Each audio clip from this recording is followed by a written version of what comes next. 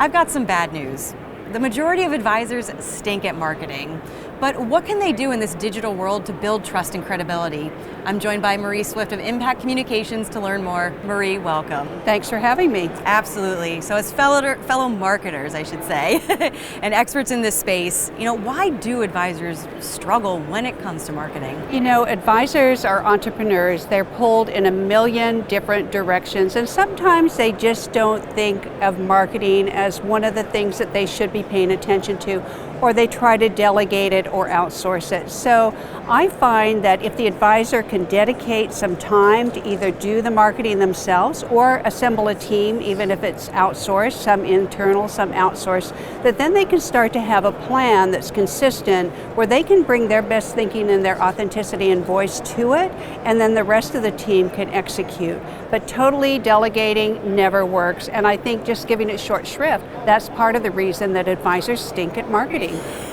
Absolutely. And why is good marketing so essential right now? You hear a lot about advisors needing to stand out, showcasing their value proposition, and you need marketing to do that.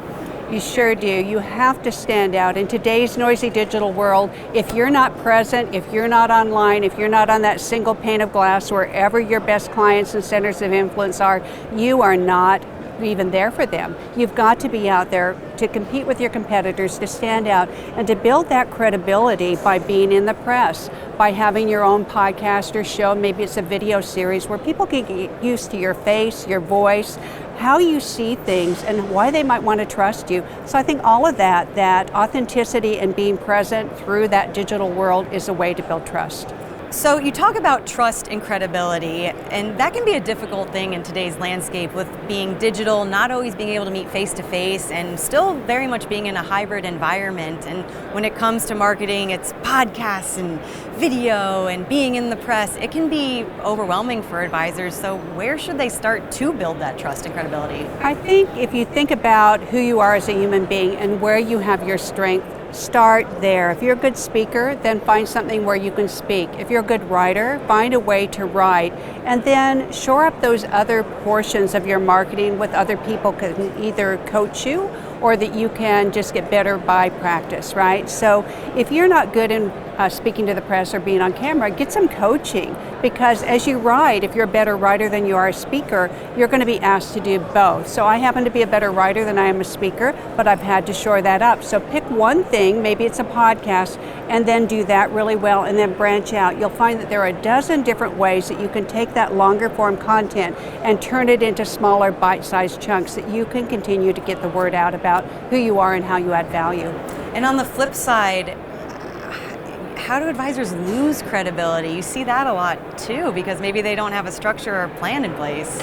Indeed. So anything that's inconsistent or inauthentic, that people can tell that just by looking at who you are online. Maybe slipping up in your odd moments on social media, maybe after hours, showing a little bit too much color and personality, that could lose credibility with some of your constituents. And as a marketer as well, I've always found it very frustrating that marketing teams seem to always be the first to go when things get tough.